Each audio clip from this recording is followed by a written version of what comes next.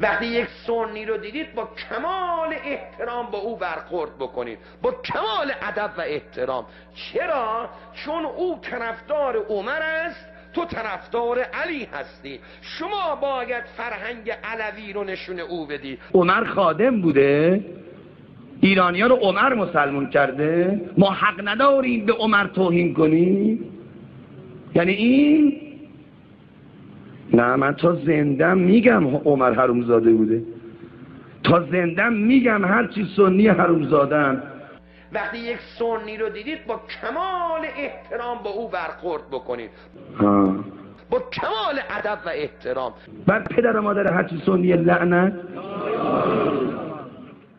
وقتی یک سنی رو دیدید با کمال احترام با او برخورد بکنید، با کمال ادب و احترام. هرچی سنی حرومزاده‌ام.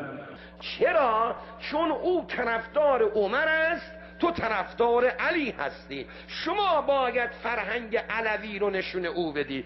بعد پدر و مادر هرچی سنی لعنت، که او عاشق علی بشود و بفهمد که امیرالمؤمنین چه دانشجویی تربیت کرده. عمر تو بر میشه من نگاه کردی؟ لعنت الله رو یادت نره؟ خدا بیامرزه با من میگفت، با من میگفت هر کی اسم اینا رو بشنوه و لعن نفرسته الهی نمک علی که میخوره حرومش بشه. و بفهمد که امیرالمؤمنین چه دانشجویی تربیت کرده. عمر لعنت الله علیه، دید ابوبکر لعنت الله علیه.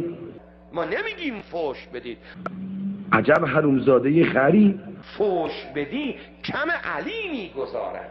بعد پدر و مادر هرچی سنی لعنت. ما نمیگیم فوش بدید. هرچی سنی حرومزاده‌ام، هرچی سنی حرومزاده‌ام. ما نمیگیم فوش بدید. ما نمیگیم فوش بدید.